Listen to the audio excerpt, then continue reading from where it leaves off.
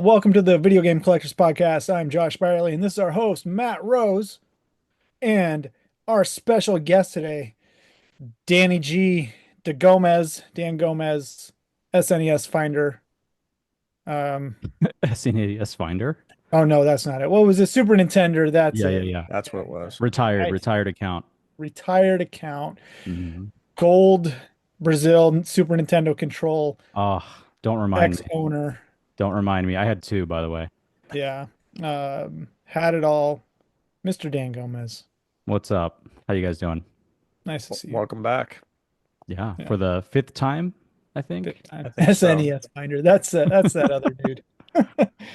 Yeah, he's a good dude. I met him. Anyway, yeah. Cool. So what Yeah, do we got going on today? great episode. Good to have you. Yeah, good talk. Yeah, Glad to have you back on. We'll yeah. catch you next time, Dan. Time to give you the boot. Yeah. Sounds No, good. we're not going to do that this time. If this is your first time tuning in, you guys have probably never heard of Dan Gomez. And if you haven't, well, maybe Never. you have. Yeah, Dan Gomez is a wonderful human being. He um, is an Xbox collector, That's and it. Just Xbox. that's it. You know, Still I or have a funny story former? about that actually. So when I first got hired at WADA, everyone that approached me about it, they were like, "Oh, I heard you got hired at WADA to grade Xbox," and I'm like, "Yeah, they're totally paying me, to just authenticate and grade Xbox. Like that's totally worth it for them." But I just thought that was funny because when you collect something so heavily, you kind of get like pigeonholed into that thing, and you're like kind of known as the guy that collects the thing. And when I first got hired, people would just be like, "Oh yeah, I heard you're like their Xbox expert in house, and you do all the Xbox stuff." And I was just That's it. like, just thought it was funny. Yeah. You have an expert for every console at WADA, right? Exactly. Yeah, Yeah, they Yep. do. full-time Yeah. expert for the ColecoVision there as well. Yeah. Oh Yeah. yeah, Billy. Uh-huh. Yeah. No, that's funny, right? You mentioned that. So yeah, you started at WADA 2020 what? 2020 2021. 2021. Yeah. Okay. And where are you now that it's 2025? What is your position? What is your title? So my career has really changed a lot since I first got started. And I'll like kind of take it to the beginning a little bit because people might not know this, but before I started at WADA, this was like, pre-pandemic. I was actually a software engineer for a telecom company. And when COVID hit, I had lost my job because uh, you know, because of COVID, really, like everything shut down. Like the business wasn't doing that well, and so I had luckily, saved up some money and was able to kind of just chill out for a while. And I took that time to start building out modern database, and that's how modern database got started. Is I had kind of this all this free time where I could just dedicate to researching and building this database, and so I did that for about a year, and then I my goal was to kind of like be known as like the modern expert, right? And it worked because I got a random phone call from Ryan, and they were looking for someone who can head up authentication after Wada was acquired, and they were like really looking for someone who knew modern because I don't know if you guys, I'm sure you guys remember, but Wada actually didn't grade modern games up until that point. Like we didn't do PS4 and Switch and Mhm. all those other consoles. They did like a brief like stint of it. Like they graded a few, but like it was for the most part like not a service that they offered. And so I came in and I kind of filled that hole, and that only happened because I put myself out there and I became known as like the modern expert, right? So it was sort of a kind of a success story that off of the heels of COVID. And you hear this happening all the time, and it's happened to other folks that I know, not maybe not in this industry, but I just had that time to sort of reinvent myself a little bit. Um, and was fortunate enough to kind of be offered this position at WADA. And then, through time, it changed quite a bit. I've transitioned from WADA to PSA, handling everything from, Funko Pops and video games and sealed, packs like TCG packs and stuff like that. And then, most recently, as of this year, I'm actually transitioning pretty heavily into a whole different career entirely in business development and sales in the collectible space. So Wow. it's a pretty been quite a interesting journey going from a software engineer to an authenticator to biz dev and sales. Mhm. But it's been a wild ride, and but I love it. I love where I work, so it's been awesome. Wow. Yeah. Now, if I remember right, WADA didn't grade modern because they it was just harder because they didn't have like the COAs, they didn't have the security strips, things like that that were a little bit more easy to identify. Was that They also didn't have the semi-accurate? blisters at the time. So, Yeah, it was kind of a mix of a lot of things. Like well, for one, they didn't have the parts, like Josh mentioned, but they also didn't have the expertise, because and here's something that I like about WADA is that we are a responsible grader in the fact that we don't get into anything that we're not comfortable getting into, unless we have the expertise to back it up, we're not going to get into it. I can't tell you how many times we've been approached about, adding new consoles or authenticating new consoles, and we've turned them down because we're just like, we don't know this. Like, we're not going to get into this unless we either know someone that knows this really well and that we can, reach out to, or we have a really strong basis internally to be able to feel comfortable authenticating it. Um, so yeah, I mean that's kind of where things were at the time. Like they didn't feel comfortable authenticating the modern stuff. And when I came on, I kind of trained the team on what to look for modern. As you know, that was sort of my specialty. I went super deep. I was like cataloging all the different case types. For Xbox and PlayStation and all that stuff and figure out how to tell whether a game is resealed based on it having the wrong case and it got pretty intense but pretty cool. But it, yeah. it, it paid off for all the for WADA, really. Especially with your COA database that you have hidden away that occasionally I need to nudge you about. Yeah. That's I mean, Yeah. the time spent there is insanity. Yeah. Uh, That was my year, man. That was like COVID. I built that whole thing in COVID and like it's not like you just start jotting numbers in a spreadsheet. It's like you figuring out like what those numbers mean. It was like the biggest aha moment. Like it was like, oh my God, I figured this out. Like I know what these numbers correlate to. I know Mhm. how to tell if something is resealed now. And so I have to take a little bit of credit for pioneering that, but there's also folks that helped me along the way. I think I have even hit you guys up for photos of your games. I was like, yeah. hey, do you mind sending me a picture of your sealed game and in the Mhm. light and this way and that way and Yep. there's a lot of folks that have kind of helped me along the way there. So definitely gotta give a shout out to all you folks.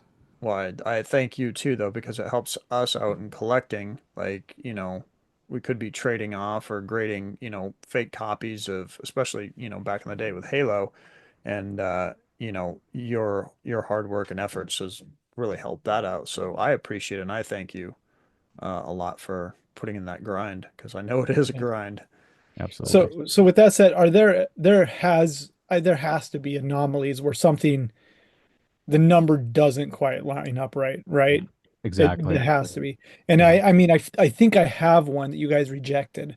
And the only reason I say that is I got a stack of these Halo Guardians or Halo 5, whatever it is, at Walmart on Black Friday. I got a stack of them. Mhm. And I've graded like three or four of them. And I sent one in recently and it got rejected. And it Mm. has the wrong the wrong number on the Yeah. spine. Yeah. But Yeah. they all came from Walmart. They all had the green sticker on them from Black Friday. So Yeah. It can I, happen for sure. Like I've seen like original Xbox games where that happens, where it's got like the wrong part code on it. mhm. Um, and I mean that could have very well happened with your copy. I think it's a little bit tricky because what also has happened, especially on Xbox One games, is you have folks like what is his name? I'm blanking on his name. The Mercari guy, media Media recovery dude. Technologies. Oh yeah. Yeah. Yeah. So he what he would do is I don't know if people know this, but he would take um crappy Xbox One games and he would cannibalize them, take the seals off, carefully take the COAs off of them, and basically transplant them into onto like more desirable games. And you would think, okay, well, how desirable is Halo 5? Not really. Like, it's super cheap. Like you can get that sealed anywhere. Like why would you reseal a Halo 5? Well, what his business model, I guess you could say is that he would um uh do this to thousands of games and he would spend pennies on the wrapper. And if you can spend, a few pennies on the wrapper and take a $3 Yeah. game and turn it into a $15 game and do that 1,000 times over, then it's worth it, right? Like Oh, absolutely. You know. so I think that's kind of where it comes from. And Josh, I don't know. I didn't look at your copy. Yeah. I No. think you sent it to I me just after, and I don't know. I couldn't really tell based on the photos, but yeah, Yeah, it's a weird one. I mean, it's Halo Guardian. It doesn't really matter, right? So, right. but yeah, the seller. I think a big part of it was um, that this stuff sells way better on Amazon if it's listed as a new item, new condition, right? And Hmm. that's I would buy stuff new on Amazon all the time, and then I would end up coming from him, and Yeah. I'd be like, oh, he just resealed his shit. He did it to the point where some people that are just buying a new game won't know, right? Like, oh, I want to get that copy new, and I'd rather pay $25 for a new copy instead of 7 for a good used copy. Yeah. And so people think they're getting a new copy and they'll Right. pay it. So that's where a lot of I think that stemmed from was his sales on Amazon. Yeah. Yeah. I think you're right. I think you're right. I don't know if he's still active. I haven't really been following him at all, but Yeah, he's still active. Yeah. Yeah. Still on eBay and stuff. wow. And just Selling his security device enclosed um stickered PlayStation 1 games. I think he's put disclaimers in his auctions that say he does in the these are description. not collector items. If you want a new condition item, this is it, but these are not to be collected or something, some bullshit. I'd Yeah, love he to put have that guy on the podcast. Oh, I would too. I'd just get in his brain a little bit. Yeah. Like, I would love to talk to him. so yeah. Yeah, I think the where it gets tricky is like on Mercari, I think it's still the case. You only have a few days to submit a return, yeah. correct? Yeah. Yeah. Mhm. So if you buy if you end up with a fake game there, then you're really in trouble because you Yeah. don't have any you're kind of screwed. Because by the time you send it in for grading, it's too late. I mean, wherever, unless you're doing like a walkthrough or something crazy, which you're probably not going to do for a mid-tier game. So, No. No, I got burned on that Rayman that I got off there. I think I showed it to you at Portland. It showed up at my house and I was gone for like 4 days. I get back and I can't return the item. damn. So What'd you pay for it? You remember? $400 Ooh. for a nice CIB. That sucks. Yeah. Well, comes Did you with hear the about territory. the Did you hear about the googly eye switch reseals? No. No. Okay, so someone has been buying Switch games Hmm. and from retail and then opening them, taking the carts out and then putting like little googly eye sticker things inside where the cartridge goes Yeah. and then resealing it and then returning it to the retailers. So then when you go out and buy a copy of Mario Sunshine or whatever at Target or Walmart, Hmm. there's like nothing Googly inside eyes. but googly eyes in there. So Have you uh, how often Have you guys seen this? We haven't seen it in house, but what we have seen is people they put this little like rolled up piece of cardboard in where Yeah. the I think I don't know, you've probably seen it, right? They Hmm. they pull they replace the cartridge with a rolled up piece of cardboard and make it kind of weigh what it should weigh. Yeah. But so unless you're really looking in there, like, and obviously the seal's wrong too, but like if you don't know your seals, you're gonna get scammed. Yeah. But that's another thing that people are doing is like going out buying Switch games and then resealing them, returning them. Obviously, the cashier is not going to know the difference between a resealed Switch game, and a legit one, so they're going to accept it. Um, so yeah, Man, it's a little sketchy, but we've gotten the rolled up cardboard ones in house, and we've rejected them, but not the Mm. googly eye ones. wow. Yeah, I think I remember one of the cardboard ones that was floating around for a while. The Breath of the Wild. Hmm. Yeah, Yeah. interesting. Um, what was that Mario Kart you got, Matt? Remember that one? The Yeah, Double Dash? the double dash. And And I I should have known because the guy had four really nice CIBs he was selling on his listing too, and it but came I back resealed. did we open that on the show? I may still have it somewhere, but that No, one's a I'm pretty painful. sure I opened it and Oh, it was it was like a you opened it. CDR that they cut into the shape of a GameCube disc, like with scissors, and they jammed it on there, and then they stuck a bunch of like paper inside to weigh it down. I It was vaguely bad. remember this. Yeah, it was painful to think about because it was 500, $600 or Yeah. something. And I was like, Fuck oh. people, man. God. And I Yeah. couldn't find that person later because I think this might have been pre when you were there, Dan, because it was at Wada for like ever. So by the Hmm. time I got it back, it was so long since, there was no recourse, there was no nothing, and I couldn't even find the guy's listings anymore. So Yeah. He was probably booted off eBay.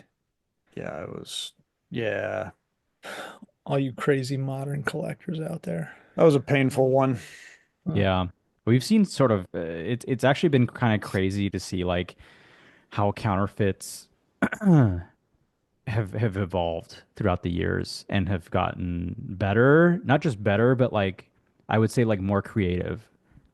People have gotten more creative with the ways that they try to scam people, and it really sucks to see it, but it's really only something that you'd be able to witness as if you're kind of involved in this space for long enough to see it kind of evolve. And we've seen, sticker swaps, right? Like we've seen yeah. more Yeah. sticker swaps now on NES black boxes, right? And something that was a thing before, but maybe not as prevalent. And we see this on the card side all the time. You sort of run into these you know.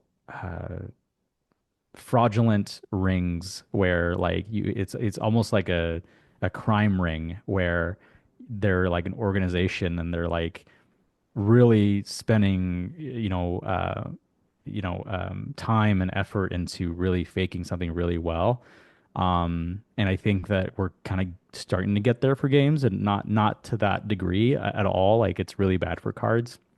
But as things evolve and as prices go up, over time, I think we're gonna start to see people get more creative with how they do things. So How Yeah. do you even track that for cards? That's got to be insanely difficult.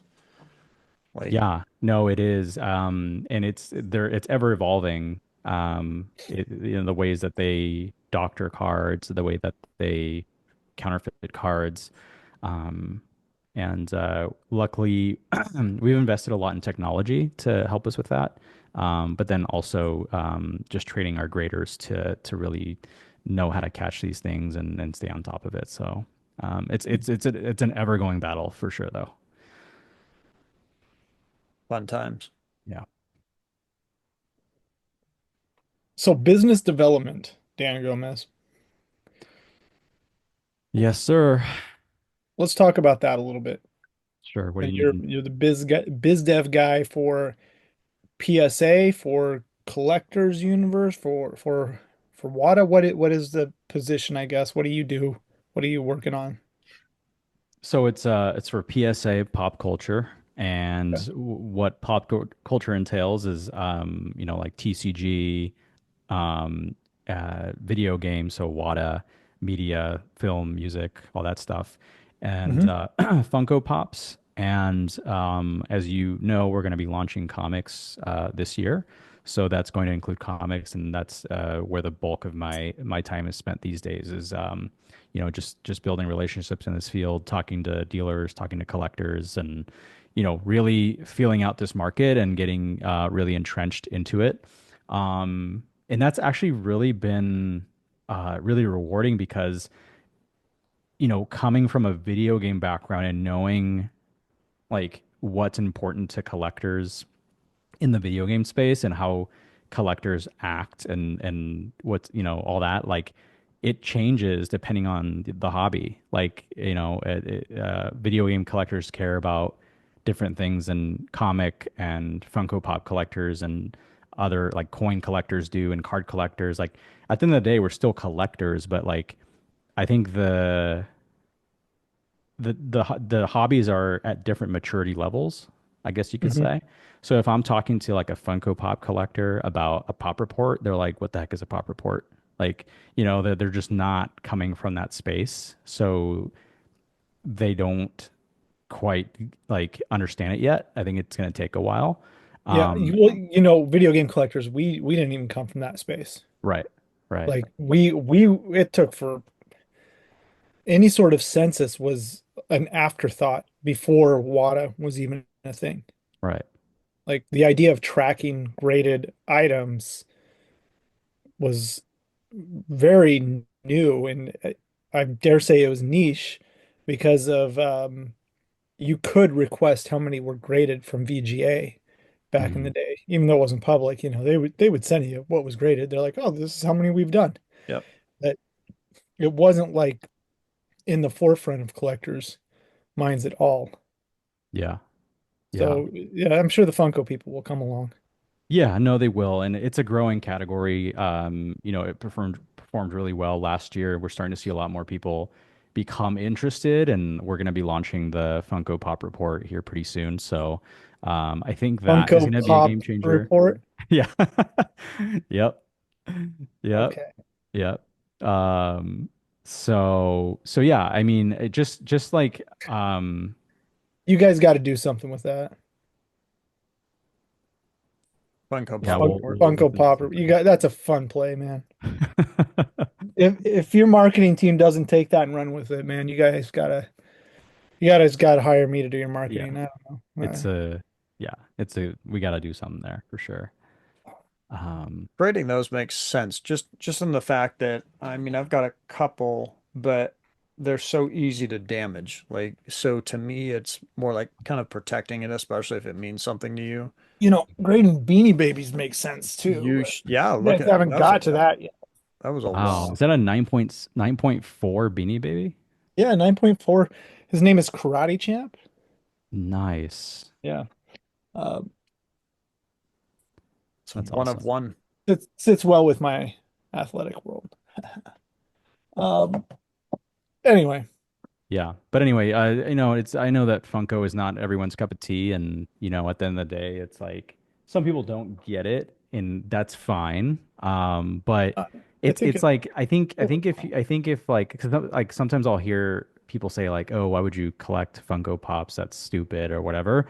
Well, I think that's no different than like people saying, you know, um, why would you Collect video like sealed games. sealed video games, right? Like if you're Right. It's no saying, different. yeah, it's no different. Like we're just all collecting other We collect crap, what we like. like, It's it's just other stuff, you know what I'm saying? So like um and the communities are really what makes the hobby, you know what I'm saying? Like it's you have really cool folks like that are involved and Mhm. just like you guys, there's like the equivalent of you guys in the Funko Pop space and there's the equivalent of you guys in the comic space and it's just all about making that connection with people and building friendships and collecting cool stuff. On the Yeah, that's what Funko, it those is. don't have any kind of like seals on them, right? So do you designate um like if you're Well, great first of all, Matt, nobody's ever actually opened a Funko Pop to begin with. So so it's pretty easy. it's, You're just like, oh, it's it's sealed. like, no, Just does I'm it just, does it I mean, like when you're grading that, does it get like an NS because there's maybe somewhere or someday like a sealed version, so you just leave that open? Or no, how it's does a that PSA, Matt. It gets a 10 or a 9. and so there's Not always. So just so you know, like any Funko Pop that's between 2010 and 2014 is like yeah. really hard to grade because like that was before protectors became a thing. Protectors didn't start existing until like 2015, 2016. Hmm. So all the pops before that, it was like people didn't know that they were going to be like that collectible and that they had to protect them. So they just kind of got tossed around. They got, sold at conventions. They got put in like the swag bags, those giant like convention bags, and they got, tossed around. And basically what ended up happening is that like a lot of the pops from those years are hard to grade. Like if you get an 8.5, like that's pretty good. A 9 is like holy crap, like that's awesome. And then 10 is really really tough on So So there is no sealed grade there's necessarily. no sealed. Yeah, It's it's just okay, it's just a yeah. grade. Yeah. Okay. That's Yeah. what that's do you have any other designation that might like for the blister on the outside, like the if the blister's yellowing, or is that automatically like a 8.0? Yeah, it factors into the overall grade. So like whether Okay. if the blister is yellowed or if it's cracked or So it's not whatever. like a comic book where it's like 9.2 with off-white pages or cream pages. No, it's a little bit of a more simplified grading scale. It's a little bit more involved in the cards. So Hmm. the Funko Pops have half grades. Um, Okay. uh, but um, but anyway, we can talk about something else. I'm sure your audience isn't here to talk about Funko No, Pop. I think it's interesting. yeah, the whole grading it. My kid would always say when she was younger, don't yuck somebody's yum, right? Like Hmm. don't yeah, let people enjoy what they want to enjoy. I think Funko Pops are stupid, but I admire people that collect whatever they want. That's my There you go. personal There opinion. you go. That's all you can ask for, man. Yeah, and I'm not going to tell somebody they're dumb. Well, I might. For all we know, those Funko Pop people could be looking at you saying, "What the hell? Why is he collecting those stupid video games?" It's like, Exactly. Well, I'm sure they are. Like, why the hell do you have a checkers Atari game behind you? Exactly. I was thinking that just Yeah. now, Atari. Bridge, Those are checkers. those are so minty though. Yeah, they're really nice. Yeah. That's why I collect them, right? Because they're nice copies. Yeah. You recently did a an interview with somebody who was that Lee Wilson? yes. So Lee R. Wilson. For those of you that don't know, I kind of started this like I don't know who Lee R. Wilson is. newsletter. Yeah, he's kind of behind the scenes, but he did a lot. Like he's contributed a lot to the games that we all know and love. But so I kind of created just out of pure passion this LinkedIn newsletter that's just exclusively posted on LinkedIn where I'll do like interviews with folks from the gaming industry, like voiceover artists and um, Mhm. concept artists. So this time I had a chance to talk with a gentleman named Lee R. Wilson. So he did all of the concept art and storyboarding for Halo. And he did Halo 1, 2, 3, and Reach. Wow. And then he also worked on Destiny. But the game that I was talking to him about particularly was Twisted Metal. So he did the concept art. So basically, he developed or he designed all the vehicles for Twisted Metal, and some of the leveling and levels and stuff like that. But so he worked on Twisted Metal 1, 2, um, Twisted Metal Black, Yeah, and Small baby. Brawl. So there you go. My Black is my absolute favorite. Black I is love that. okay. I did not like Twisted Metal 1 or 2 growing up. Did not like those games. Mhm. Didn't play 3 or Small Brawl, but when Black came out, that game was it, man. That's a great game. Yeah. Yeah. So, Yeah. No, it took a completely different turn. It was like yeah. super dark and yeah, it just like the whole vibe was amazing. So getting to talk to him about how that came about and what kind of went into that process was really amazing. Um, and yeah, I mean, just getting the whole story behind Twisted Metal is really cool. I learned that early on when they were sort of pitching the game, the developers were pitching the game. Someone suggested that it should be like a pizza delivery game. Like the objective of the game is to deliver pizzas, and that it was back in the day it was called Battle Cars or Urban Assault was like another working title. So they didn't quite have that figured out like what the game was going to be quite yet, and someone was like, "Yeah, it should be like a pizza delivery game." So Hmm. something that could have been we could have not had the Twisted Metal we know today if that were the case. Delivering pizzas. Yeah. Wow. What a So, genius so idea this that this person had. interview. I'm sorry, Matt. Go ahead. No, go ahead. You're fine. I was going to say this interview is on LinkedIn, and We can link it's that. up there now. Correct, Dan? Yeah, it's up You there can put now. that in the What story. what is your LinkedIn? Like how's somebody going to find you on LinkedIn? Well, my name is super common, so if you just search, you might not find it. If you maybe try it, Dan Gomez, PSA, and that might come up. Okay. Um, Otherwise, yeah, I mean, just if you could put it in your video Yeah, description, a link, that'd be great. Yep. But that's yeah, cool. yeah, that was really cool. I learned a So lot. how many interviews articles are there in your LinkedIn thing now? So this is my second one, but I've got more lined up that I'm already working on. It's just it takes a while to I try to do my homework before I like approach these people. Like I don't want to come in blind and just ask stupid questions and like ask super basic surface level questions. Like if you look at the questions that I'm asking, I'm always prefacing. Service level Yeah, questions. I'm always like prefacing it by like giving a backstory about what the question that I'm asking, right? So, um, Like, yeah. what could I get you today? You want fries? Yeah. What is there a possibility of Marty O'Donnell on there? Oh, Marty. So maybe, but as you know, we did do the Marty O'Donnell pedigree collection recently, which Yeah. was really, really cool. And I'll tell you how that came about is he posted, I think in one of I think it was the Halo group, right? He Yeah. posted a picture, like a selfie of himself holding a sealed NFR Halo. Yeah. And, What's you this know, worth or something like that? yeah, yeah. So my brain's always thinking, okay, like how do I get involved? Like how do I turn this into a cool like collaboration opportunity or something?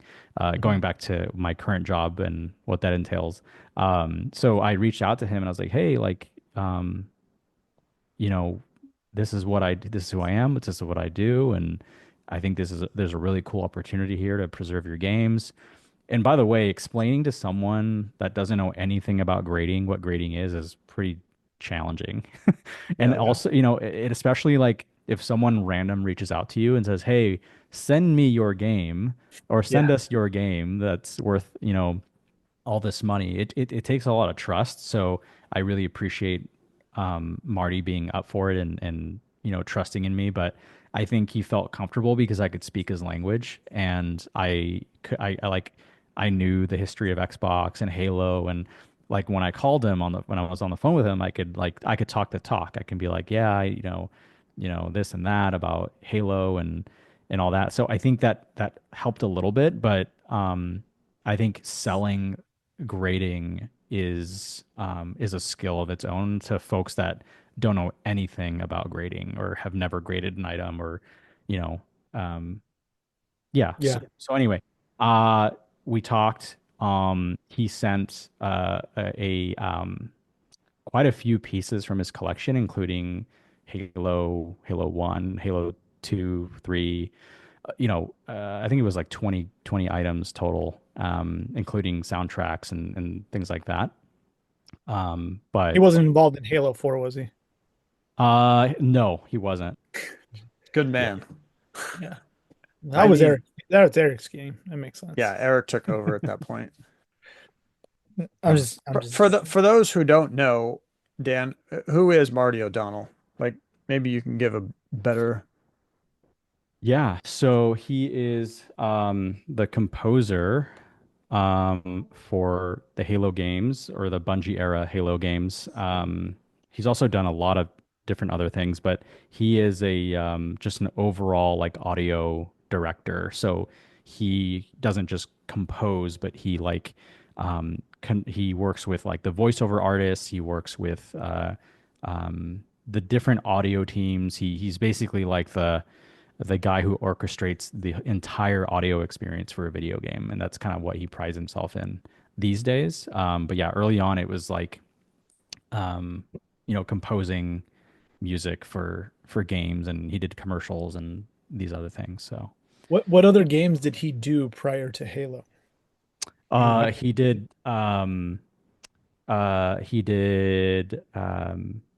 Myth. Myth? Um, Oh, okay. yeah, he did Oni. Oh, the other Bungie. Oh, Yeah, oh, okay. Oni.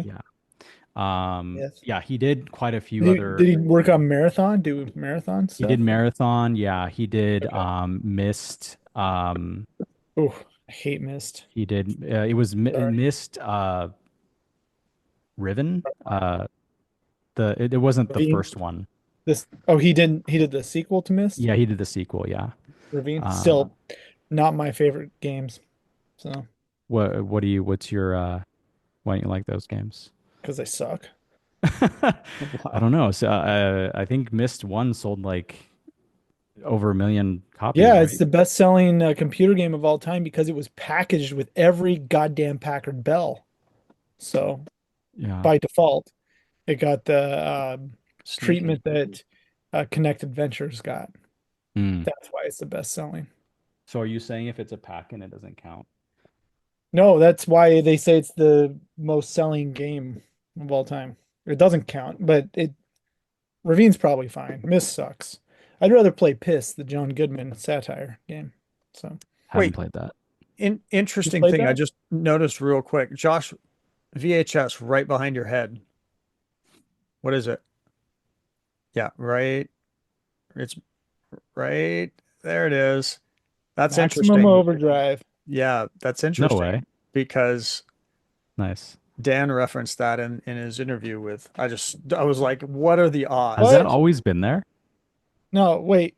You mentioned Maximum Overdrive?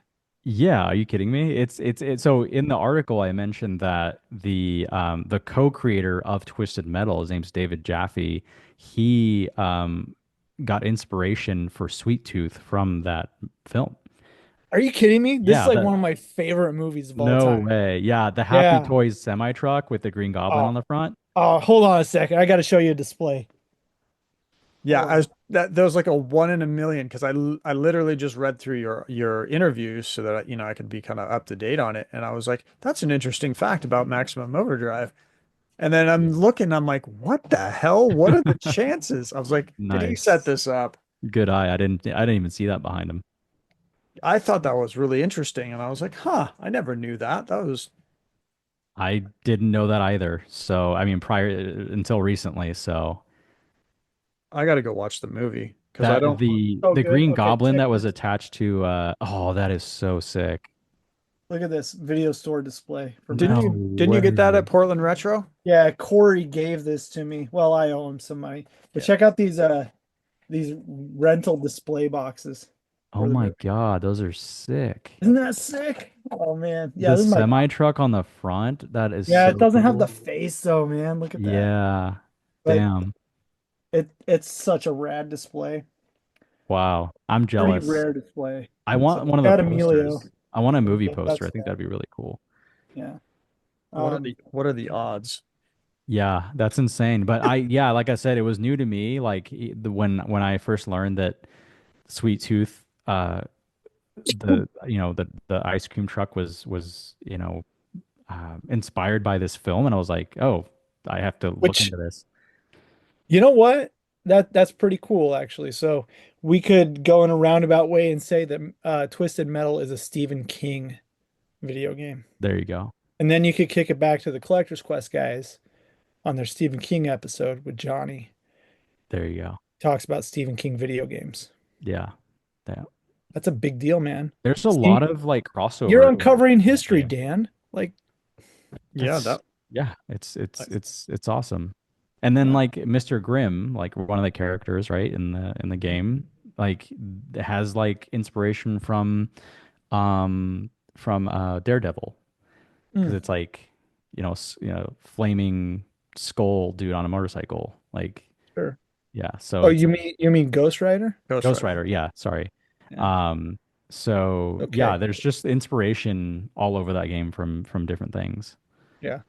Hmm. Makes sense. Yeah, Uh, Max, have you seen Maximum Overdrive? No, I haven't seen it yet. I want to. I Yeah. need to see it You know too. the big That's green the I goblin saw it when I thing? was a kid. It scared the shit out of me. So So if you look on Reddit, someone found the green goblin thing on the front of the semi truck, like with the semi truck headlights, like out in a field somewhere. really? Yeah, like it still exists out there somewhere. Oh my God. Huh. Wow. Like I want that so bad, like in my game room. Yeah. Huh. That'd be crazy. Well, yeah, they did there was like a not really a remake, just a different iteration of Maximum Overdrive. I want to say it was based on so the book, I want to say it was called Trucks, and then they've remade the movie in like 97 called Trucks, and it's just trash, Hmm. straight trash. So, Yeah. but 1986 Maximum Overdrive with Emilio Estevez doesn't get much better than that. Hmm. Never Yeah. I seen. saw the trailer that Stephen King did for Maximum Overdrive, and it's like super interesting. It's really cool. That's cool stuff. Yeah. Oh What man. we were talking about earlier, collecting stories, and you wanted to know if we had any sketchy collecting stories. Yeah. Josh, I do you do. have a Got a lot. Yeah. sketchy? Let's hear it. What's something that stands out?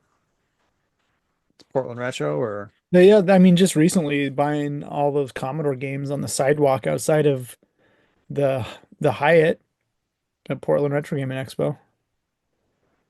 Uh, that's two. that's the story.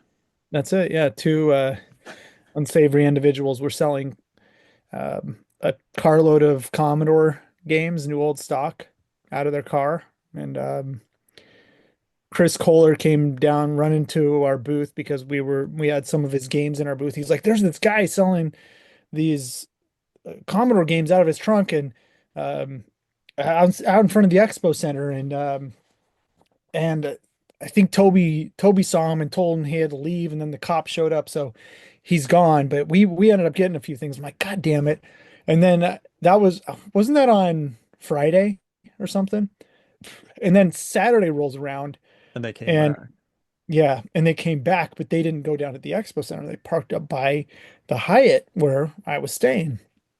And Chris comes running down. He's like, "They're back. They're out in front of the Hyatt." I'm like, "Okay, I'm going." So I run up there, and people are buying these Commodore games. They have like sealed Advanced Dungeons and Dragons and all this stuff. And this guy makes a stack, and he walks away. And I'm the only guy there now. And I'm talking to this dude, and I'm like, "Why don't you just sell it all to me? Then you can just get out of here." And I ended up buying everything, and it was a lot. Um, I want to say, one of those hotel lobby carts. It filled up one of those to the top. And Jeez. um, I ended up paying, I want to say $400 for everything. No, I offered the guy $400. He's like, "Yeah, I think I could do that." And since I'm at the expo, I take out my wad of cash like a fucking idiot. He's like, well, how about $500?" I'm like, "Okay, yeah, sure, sure." Because he saw I had money. So I did. I got it for $500. Um, just box by box. Chris Kohler came back out, helped me. Like, the guy didn't just take, hopefully the guy wasn't just going to take off with this stuff. But so I'd carry a box into just the lobby, and I'd set it down, and Chris Kohler was staying out there, and I ended up getting everything in there and just taking it all up to my room and then sorted through it all. I think Matt got some cool stuff. I had like 7 sealed Rambos for Commodore 64. There, I still have it. I think I So made your 500 back alone. maybe. Pretty sure. Yeah. Just in a I handful was of giving games. it away, Matt. Oh, there Yeah. are some epic games in there. I was like, what the? You Yeah, just don't it was see that. cool. I wish you guys did computer games because I'd be like, I got some stuff. Yeah, yeah. I have I finally went through it probably a week or two ago, and I pulled out one of every title I wanted to keep. So they're in the tote out in the out by the TV right now. But we should do another episode, Matt, and we should go through them.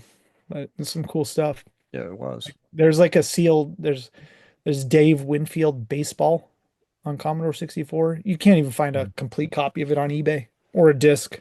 Like it doesn't that's awesome. exist. Yeah, it's really cool. Dave Winfield baseball. Come on, who's got that? Nobody except for you. Dream Team basketball.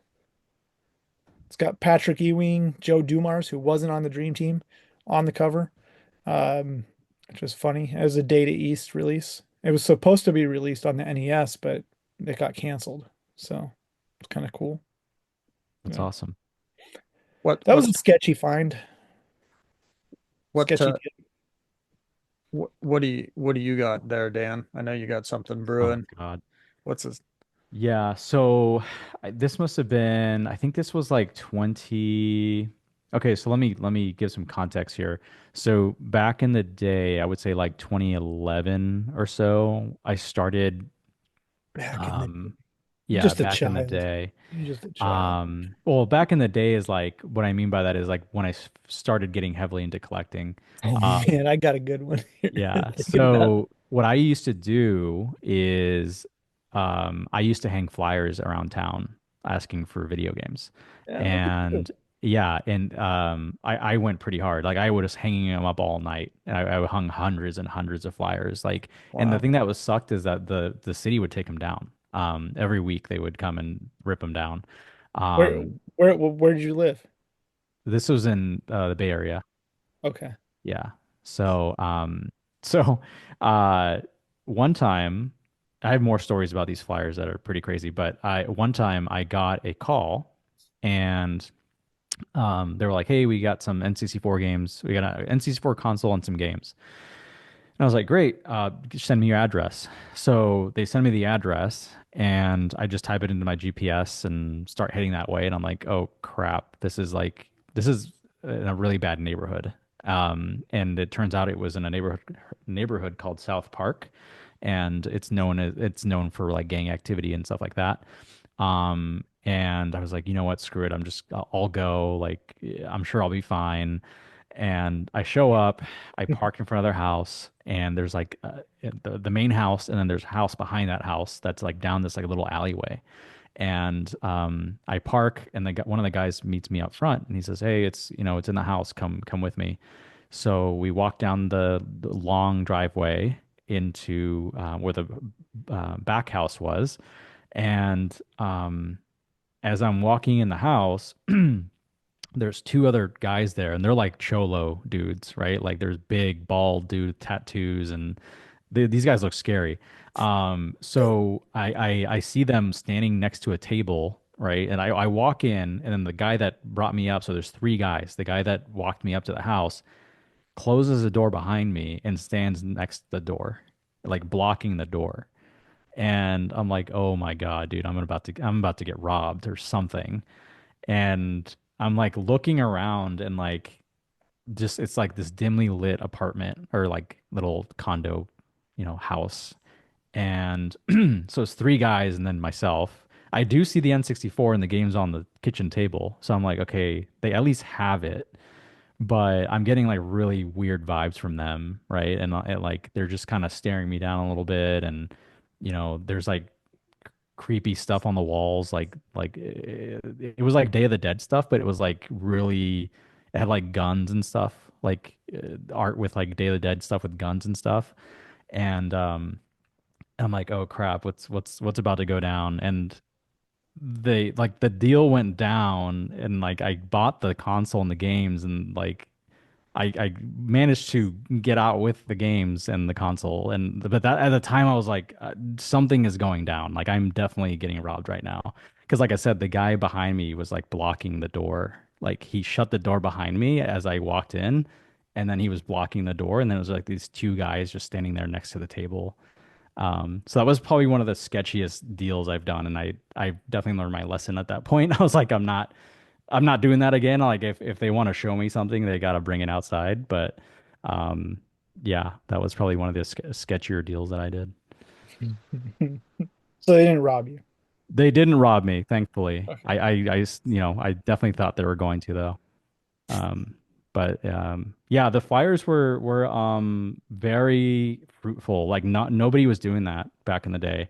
Everybody was doing like garage sales and Craigslist and things like that, which I also did. But um, I can't tell you how many. I still have photos of all the hits I got from the flyers. Like I'll show you at a later time. But Wow. um, yeah, Yeah, I would. you got to make an Instagram for that or something. Post that shit up. Vintage Yeah, photos. I still have the flyers. I still have like two different. Like I had like different iterations of it over time, Hmm. and I also had like a big, huge magnet on my car that said like buying video games, call me, and it had You my know, phone the, number. I love that. You know, growing That's up, true hustle. my dad had a pest control company, right? It still Yeah. does. But he had magnets that would go on the side of his truck that said the name of his pest control company. People steal them and shit, but I love the magnets for advertising. You know who does that for comic books? Hmm. Dominic. I don't know if you know Dom, Oh, yeah, yeah, yeah. the Golden for a Uh-huh. while, but yeah, when I met him, he would drive a minivan around, I think, for his catering business, his parents' catering business. And when he wasn't on the clock for that, I think he would take the magnets out and stick on his van that said, "I buy Mhm. comic books," and people would call him all the time. Yeah. I don't know if he still does it, but I was like, "That's genius." Yeah. No, it works. But the other thing, here's the funny side of this is I would get prank calls all the time from Yeah, from kids, like because my you're phone like, "You number buy just was. Battletoads?" Yeah, there was a guy, there was this kid that he called me. I was at work and he called me and he was like, "Oh, yeah, I have like a brand new factory sealed Sega Genesis game and it's signed by Miyamoto." And he was just like making shit up on the fly, like he was just trying to think of the most ridiculous thing that he could think of. Yeah, And but I would get random little kids just calling me all the time, like screaming on the phone or like saying some dumb stuff. And so that was kind of like the flip side of that, like the the ugly part of it. But like, yeah, I got a lot of good hits on that. I think the flyers were way more effective though, um, because just the way that I'll have to pull them out and show them to you guys. But I wanted to make sure that like really grabbed people's attention. yeah. So I think it's like one of them said like, "Please help," in like huge bold letters, and then like in smaller font it said like looking for video games, and it had like a little picture of Mario and stuff. um yeah, so that was really interesting. Another side story to that is that there was another guy in town who was also doing the same thing, and then we would have like flyer wars because he would like tear my flyers down. um Like be- Craigslist flag and post back in yeah, the day. exactly. So we would like tear each other's flyers down off of like post, like we'd fight over real estate and stuff. So, um, yeah, Who's that guy? Is he still around? I don't know. I don't know if he's around or not. Jason Morehouse, is that who it is? Out there? No, not him. Not No, him. no, Yeah. that guy's a good dude. I like that guy. Yeah, he's great. That's a great hustle. Like that's genius. Yeah, it is a good one, man. It's a great way to get in front of Yeah, those people I who was don't thinking about deserve to be that there. that old hustle. I would say back around 2002, 2003. I always had ads on Craigslist asking for games because that's just how you did it in Eugene. And I had this lady who didn't speak very good English at all. She sent me an email, and my posting was always, I want to buy NES and Super Nintendo games. That's it. I didn't want anything else, right? So she emailed me. She's like, I have these games and they were just a bunch of common games. And then she says Flintstones 2. I'm like, oh, okay. Flintstones 2. Okay, yeah, you're calling it Flintstones 2, right? And Myanmar 6-1. I'm like, oh, Myanmar 6-1. And she means myriad, right? Hmm. And I'm like, oh, do you have any photos? She sends me legit photos, right? Like there they are. It's a myriad 6-1. And I think I still have the photo. And Flintstones, Surprise at Dinosaur Park, all the and a bunch of other crap. And she's like, I'd like $50 for everything. I'm like, oh, that's a lot of money. 2002, all these games. I'm like, there's a myriad. Like that's the top game, and it's one of the rarest games on the system. And this is really, you know, NES collecting really hasn't taken off at this point at Yeah. all. Yeah. I think I had bought a Caltrin on eBay for $200 and everybody thought I was crazy at the time. I probably was. Um, but I'm like, oh, sweet, I'm gonna get a myriad. Awesome. Nobody's looking for this. And she just ghosted me, Mm. Oh, disappeared. That's it. I have a Wow. photo. The number, I did check the number. It's not a number that was ever on any Nintendo age list. Wow. Yeah. And you don't know where those games ended up. Somewhere here in Eugene or Springfield. Wow. she probably got That replied sucks. to by somebody else, and No, no, like it was my wanted ad she responded to. uh, She emailed me. And she wasn't clowning either. Like it didn't feel like a prank or weird shit. Yeah, that's weird. Yeah. I've had deals go down where like someone posts something on Craigslist. This was back in the day, like again, like 2011, 2012. And I would like watch new listings like a hawk. Like I would see if new listings came up, and Yeah. then there'd be times where I'll see a listing pop up in like within a minute or two, and I say, okay, what's the address? I'll be right there. And I hurry over there, and there's already someone else like showing up as I'm showing up. And I've had times where like there'll be like there was like this known reseller, like the other guy who was hanging flyers. Um, I would be showing up at a deal looking through the games, right? And then he would show up like literally 2 minutes after me. And it felt really good when I got there first and I was like Oh got man, first pick about oh everything. that's a good feeling, man. Yeah. I know that feeling well. And I Yeah. will overpay like a mofo just so the other dude doesn't get it. Yeah. Yeah. Yeah. I mean, I did that, I would say beginning of this year. I went to a sale that was advertising. It was like in an apartment complex community center, and they said we have Nintendo 64 games and PlayStation games, and it was posted at 9 o'clock at night, and so I see it, and so I get there half hour early, and I'm the second person in line. There's this old lady in front of me, and I'm like, she's not going for games, right? And while I'm waiting, they let us in, and then there's another door, and then this one of the dealers, a local dealer, shows up behind me, and I'm like, oh man. So it's behind this door, and it felt like a church where it has like one of those really thin windows that you can kind of look in and Hmm. peer around. I'm like, okay, you can see that that's all like handcrafted shit over there. There's some tchotchke stuff over here. Video games have to be around the corner right here where I can't see anything. And I'm like the second one in, and this old lady, the other lady in front of me, she's going for all the tchotchke shit. And I like turn beeline for this area. And the guy's like following right behind me, Yeah. and there's no video games out anywhere. And then I see like in the corner there's like this plastic like Sterilite three-tier thing just packed with games. And I get there and I just kind of like hover over it, and I Mm. like start opening the drawer. I'm going through it, and I'm like, oh, what do you want for all of it, right? And Yeah. the guy's like standing behind me waiting, and he's like, Oh my I'd God. like I'd like $200. I'm like, okay, I'll take it. And the guy's like, you can hear him go, and he just walks out. Like it's the most satisfying thing in the world Yeah. to Especially when get. they've done it to you before. Yeah, like Yeah. I beat you, motherfucker. So Yeah. it's a good feeling, man. And Eugene it's a big community, right? But it's a small enough to know the other dealers that are out, right? Yeah. So, and it's happened I to me so many times. I've missed shit. I Yeah. miss going out and finding stuff. It's been a long time since I've done it, but I mean, I remember going out to flea markets and garage sales, like getting up at like, 5 a.m. and just like going out, before the sun comes up. And the worst part was when you would go out and you wouldn't find a single thing, and you just got up so early and you knew that the rest of the day was going to be rough because you woke up way too early.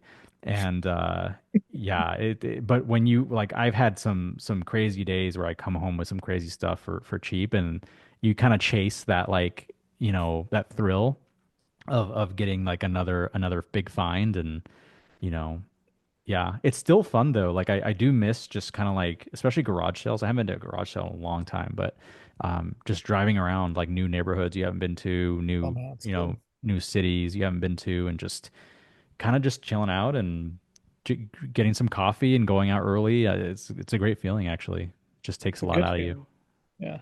And I always say it, like everybody that felt like they were getting outpriced in the video game market and video game collecting was getting too expensive, just get off your ass Saturday morning, get up before everybody else and go to a garage sale because you'll find something.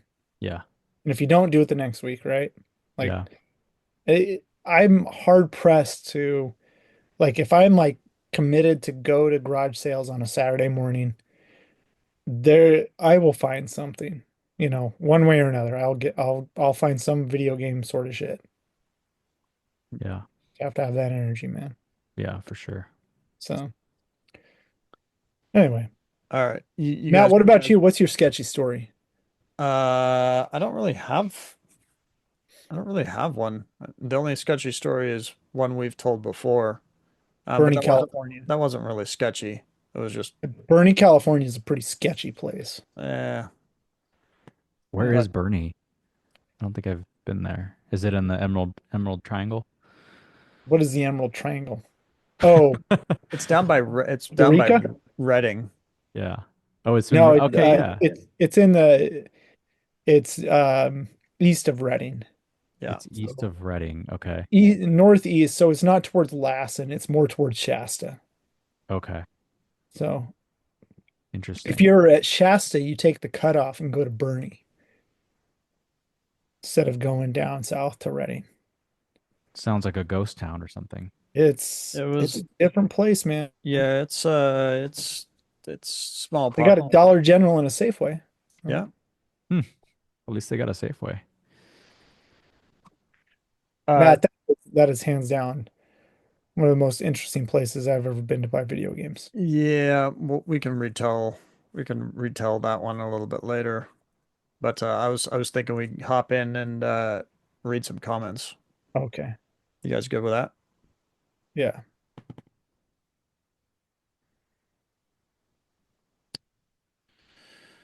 We actually have two episodes, but there's not that many comments, so um we've got good old Oh, Eric that's here. right. We had J-Rod before. J-Rod and Eric. And we didn't get to either because on J-Rod's episode I had to go, so we didn't get to read in the comments. So That's okay. I don't think J-Rod would have wanted to read them anyways. no, I don't like to make random people read. But we J-Rod's can, not random. That guy's living the life, dude. he was stoked. Yeah. No, I'm Did you watch our last episode, Danny G? I didn't. Actually, I'm embarrassed to say, but I haven't watched an episode in a little while. Yeah, That's okay. get this guy out of here. What is it? Just kick him. Yeah. Um, okay. All right. Carts and cardboards. Brian, not sure what War Games is, but I need to get Matt a War Games shirt. I know what he's talking about. It's paintball.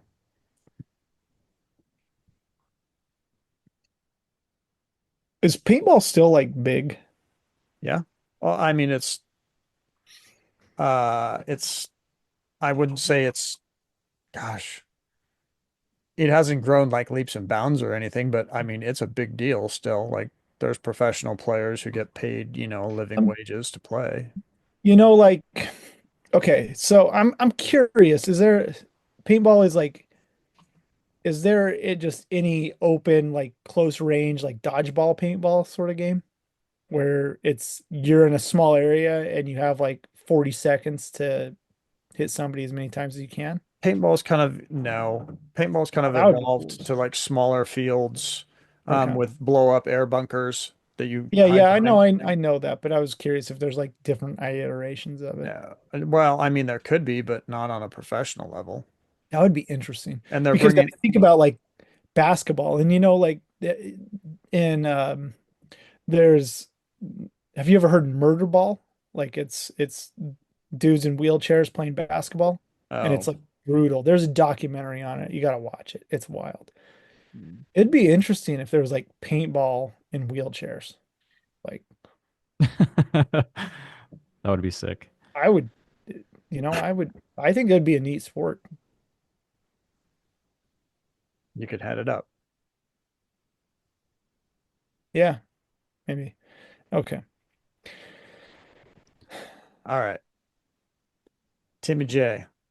Timmy Any- J says, "Good old Gamer Stocks can't be a sponsor?" Question mark. Oh, you could be if you existed. So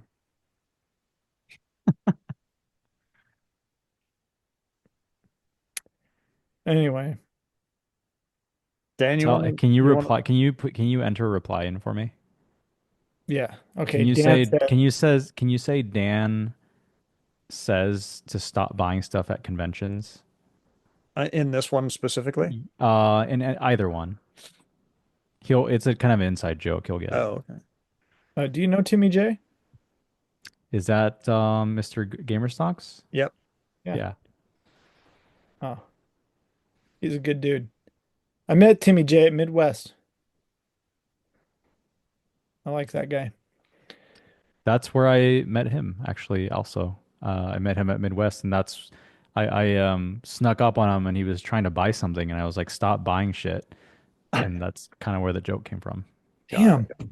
How did we not hang you we didn't do Midwest together, Dan. God damn it. You I don't Oh know. well. When have you been going every year? No, man. I went 1 year with PWCC. I went in 22. That's when I went. Yeah, I went the next year. Okay. No, you didn't go in 22 because I went in 22. I was Wait, there. no, I went in 23, and then they fired everybody at stupid fucking company. Wow. Um, Yeah, I didn't I wasn't there in 23, so yeah, we must have missed each other. yeah. Oh well. I saw Scott. That's right. Scott was there for you guys. Oh yeah. Yep. Uh-huh. Yeah. Yeah. Oh man. We went out to some good dinner there on the company card. Where are you going, Matt? You're going real fast. Okay. Okay, Uh, what does he say? Technically speaking, made in Japan would be first if they came out the same day since Japan's time zone is before the US. that's fair. No, because it came out in the United States, you asshole. Okay. Wait, didn't come out in Japan. Came out here. Oh man. Dan, you want to read one? Let's see, where are we? Um, Right here. okay, it might be one of the best stories I've heard. Imagine not giving away anything at the marketing event. Okay, so Dan, you got to watch the episode with I'm Eric. It's lost. it's What is that? What is that about? That's what I was referring to earlier when Eric told the story of him and neighbor Oh, going right. down. Yeah. Yeah, yeah, yeah. Yeah, that's it's rough. pretty good. It's pretty good. If for nothing else, just watch that part. It's so funny. Uh, they're just so into it. Anyway, uh, man, Michael, couple of comments here. Best CDI game is Thunder in Paradise. I've never played it. Thunder in Paradise is ridiculous. Um, I'm no, we had a conversation about CDI. I didn't play any CDI, but I definitely saw Thunder in Paradise as a kid. Uh, I remember when did that come out? Like 92? Thunder in Paradise. Yeah, that's the Hulk Hogan movie. Let me look here. Dan doesn't I don't grade CDI, so yes. Yeah, he doesn't. Okay, so Thunder in Paradise is a Hulk Hogan movie, right? I think it's after like Suburban Commando and maybe before Mr. Nanny, but in the Hulk Hogan multiverse, it is a wonderful pile of shit. Um, Thunder in Paradise 2, I'll tell you what. Okay, so that came out in 94, I just saw here. Thunder in Paradise 2 came out in 1994. My mom rented Thunder in Paradise 2 for me, and I was in fifth grade or so in 94. And the first 5 minutes of that movie are just chicks in bikinis. I remember, and my mom was sitting there with me watching it. She would fast forward the damn movie. Wow. But yeah, man, that's a ridiculous movie. Um, Suburban Commando, though, you need a Hulk Hogan fix. Go watch that. That's a great movie. Anyway, who's up? You're up, Josh. Go for it. Oh, I had a 3DO when it came out, but I was 24 years old with a job. You're aging yourself here, Michael. It was amazing. Madden, FIFA, and Street Fighter were all so much better than their 16-bit versions. My dad, who never played video games, loved Pebble Beach golf. Yeah. Ah, yeah, try Pebble Beach on there. That sounds fun. Yeah. Oh man. Pebbly? Peebly? There you go, Matt.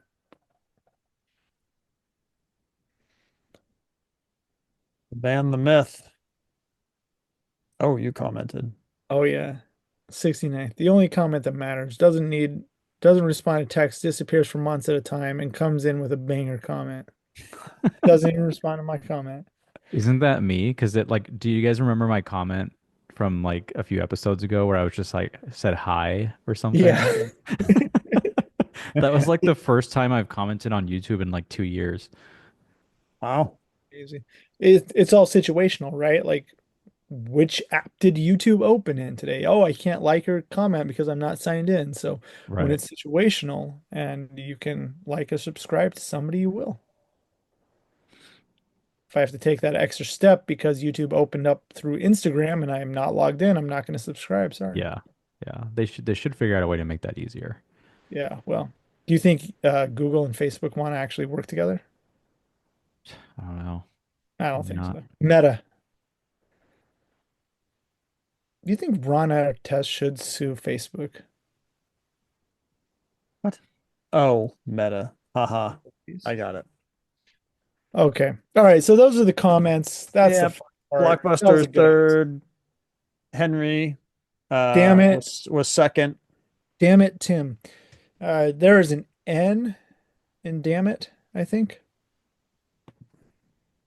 That's okay. There you go. Now, if you were going to stop water flowing, you could say, damn it, Tim. Okay. Okay. That's it. So last episode, we talked to J Rod. What's his last name? Oh my gosh, I'd have to go back and look. Sorry. Gingrich? We didn't there really aren't any comments. It's just first, second, not first. Oh, we got Blockbuster. What happened to Log Snacks? Where's Log Snacks been? I don't know where Log Snacks is. I think he maybe overdosed on Tim Tams. God damn it. My New Zealand brother. Dude, if you've not tried Tim Tams, those are the greatest cookies. Whenever you say Tim Tam, I think of the South Park episode where he's saying Chim Cham Pachui Cham.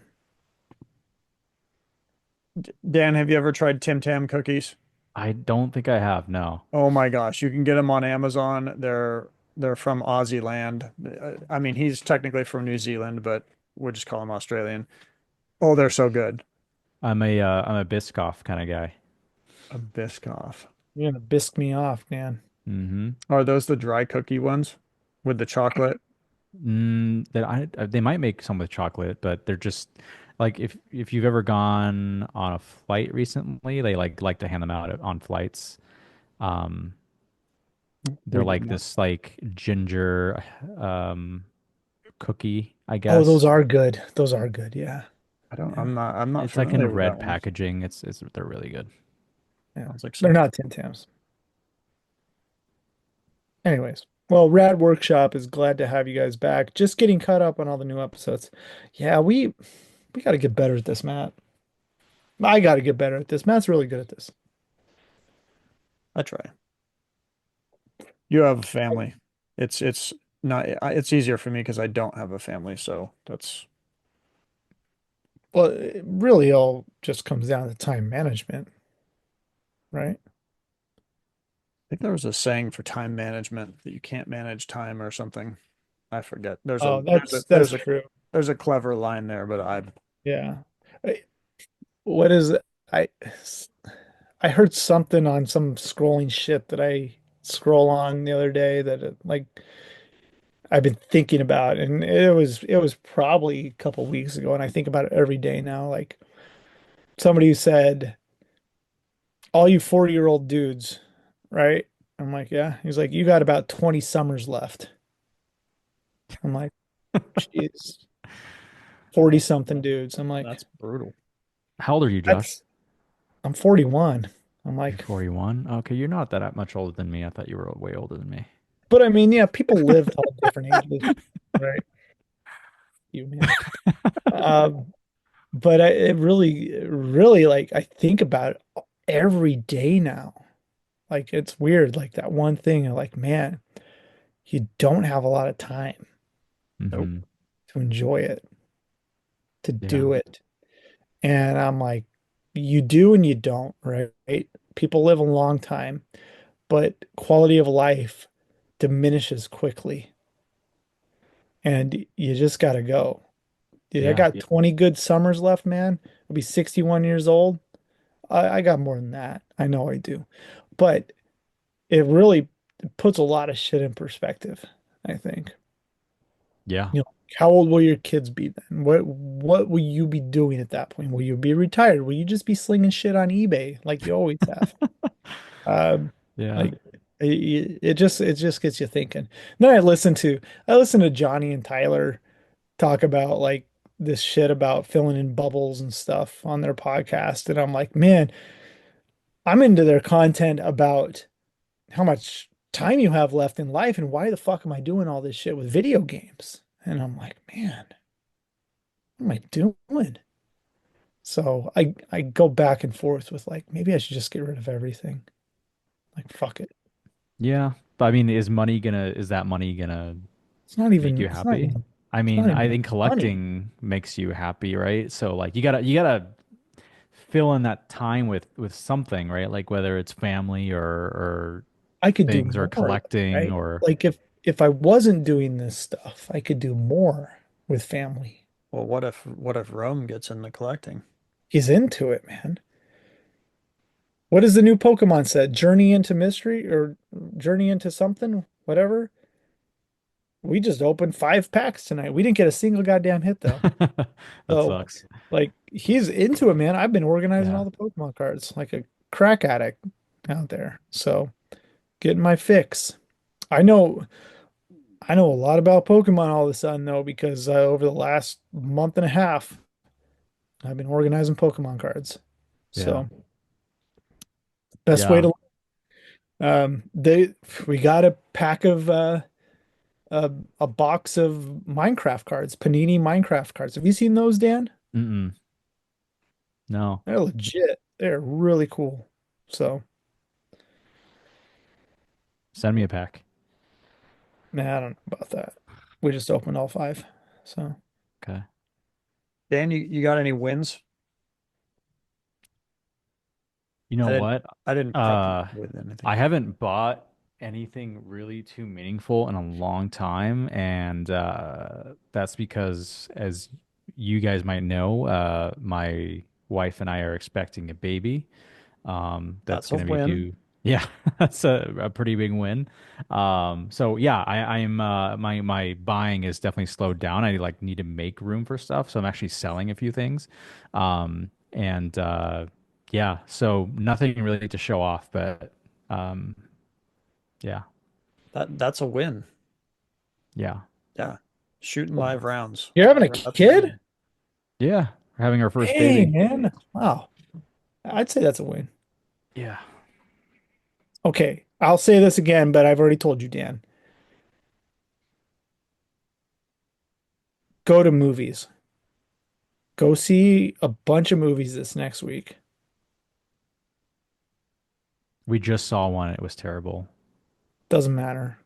The last movie that we saw before we had a child was Jackass 2. Wow. That was in like 2004. I mean, it was Jackass 3, 2014, 2013. That was it. No, wait, no. No, it was Bad Grandpa. That's what it was. Yeah. But I mean, your kids are old enough now where you can go to the movies with them, right?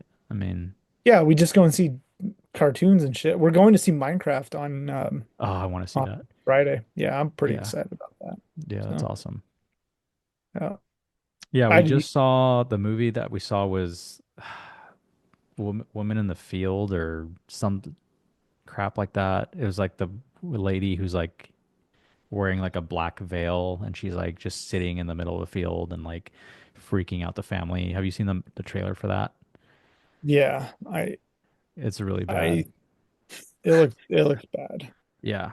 We were just You chose. we haven't seen a movie in a while, so we were just kind of desperate to see something. I really wanted to see Minecraft, but then I learned that it wasn't out yet. So, Yeah, yeah. But yeah, I'll take your advice. See a bunch of movies in the next couple months. I think that's wise. Josh, what do you got? Anything? Yeah, it's in the mailbox actually, but I'm not gonna go get it right now. No. So no Yeah. wins? We're gonna do a round of no wins?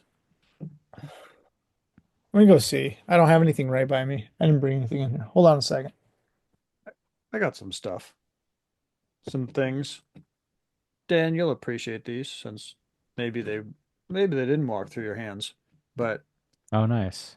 yeah, I 9.8 A plus plus, huh? I like the show. Yeah, oh, what's his name? The oh, eBay guy. Oh my gosh, why am I literally just had his Rainier Games. Uh, Mm, was consigning for another guy, and yeah.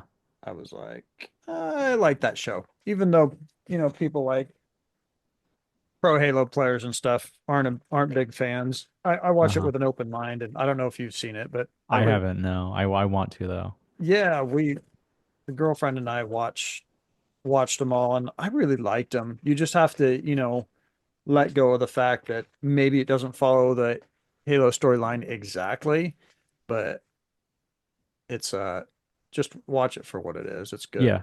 Yeah. Yeah. I mean, it looks really impressive. Um, I know I've heard things about the story and this and that, but I'm sure it's good anyway. Yeah. And for anybody who's listening, it's just Halo Season 1, the series, 988 plus plus.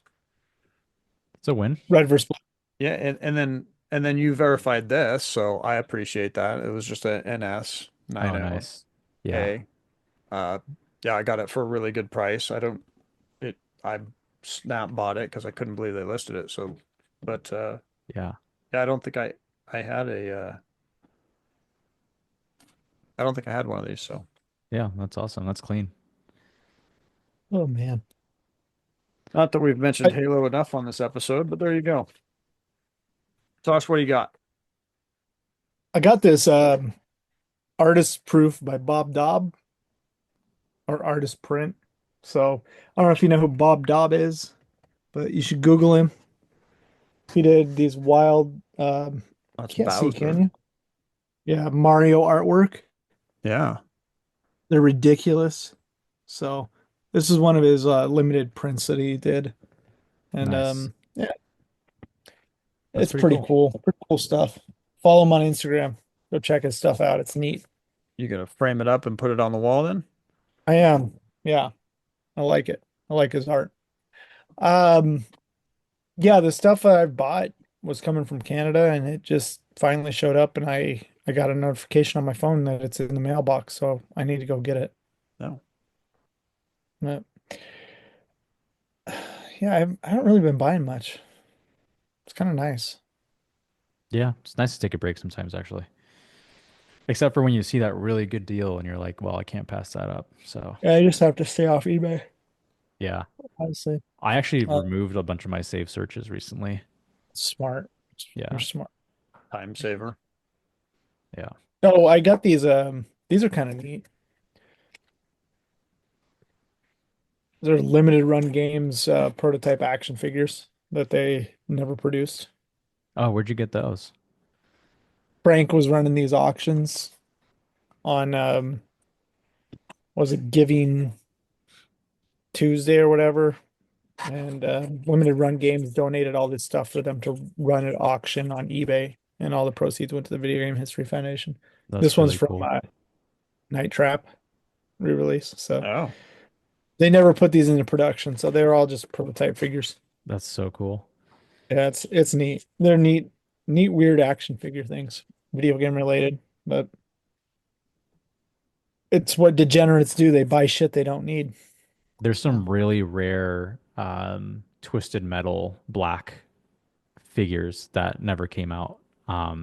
They exist. Like if you eBay it right now, you'll see there's a Mr. Grimm figure on there, but there's like hmm. one. And they were never released. I think they made like a small batch of them as like proofs or whatever, like Mhm. prototypes, but yeah, they're really freaking rare. Like they were supposed to come out apparently through this like oddball toy company and then yeah, and got canceled. So they're pretty damn cool though. Yeah. well, I really appreciate you coming back on. Uh, Thanks again. Where can anybody find you? Obviously LinkedIn, but I'll try and keep, put a link down below so they can go read that article. Yeah. Yeah, definitely give it a read. Yeah, just link my LinkedIn and then PSA Danny on Instagram, formerly Super Nintendo. Let me see. Or modern database, right? You still running that? It's up, but it's I'm not posting on it. I just don't have time. Personally. Yeah. You just need to find some new variants, Dan. That's it. All And you then have to do Yeah. is go into a game store and look at all the shit that nobody cares about, and you'll find one. and God, I remember those days when I was collecting variants and I'd walk into a store and I would be like shopping around for variants and I would find like two variants of the same game and I would buy both. And then the people at the store, the cashier would like look at me all like, why are you buying two copies of this like useless game that no one wants? Yeah. And, I didn't even bother explaining why, but Like, that's well, kind this of, one's different here. I've tried that before, and people are like, "Oh, oh, you're weird." I'm like, yeah, "Fuck you." So, exactly. yeah. Huh. and then I'll also link your phone number and say, hey, if you're selling video games, give them a Yeah. ring. Yeah, definitely. If you got games for sale, please give me a call. Reach out And to him. yeah, for Now sure. we got that was a good email. You want to ask that guy if he wants to sell his PlayStation 2 games, right? What? Never mind. Um, anyway, Dan, Uh, thanks for coming on the show. Yeah, thank you guys. You're It was you're fun. a real G Gomez. For sure. I'll see you guys next year. Are you Yeah, coming to Portland probably. Retro? Well, I come on once a year probably, so Oh, well, no, yeah. I mean, but are you coming to Portland Retro Gaming this year? Yes. I'll Oh, well, definitely be there. we'll Yeah. see you soon then. Yeah. Um, Congratulations, Yeah. child. Good job. If I was a Good good job. editor, I'd have a little yay. Yeah, you Uh, guys will see next time we're on air, you'll probably see a little baby in my arms or something. now Nice. we're not going to see you for another year, dude, if that. So you're gone. Sure. Bye. See you later. Bye. Bye. We won't see you again. Yeah. Over. Well, maybe Uh, you'll have another new role next time and you can share that with us. Yeah, it seems like every year I'm getting something new, so you never know. yeah. So for all those that are listening and watching and enjoying the episode, if you're not enjoying the episode, then and you made it this far, I'm amazed. But if you need any of the services that Dan Gomez offers, I don't know what those services are, but they are business development services. I don't know why you make it sound like that. What do you mean services that I offer? Yeah. Skills. He has a certain set of skills that can Yeah, help a you certain set of skills. alleviate your collection problems. Hmm. Uh, I should update my LinkedIn with that, honestly. That's he has a great. Alleviate. certain set of skills that can help alleviate your collection problems. There you Make go. them not problems. Make them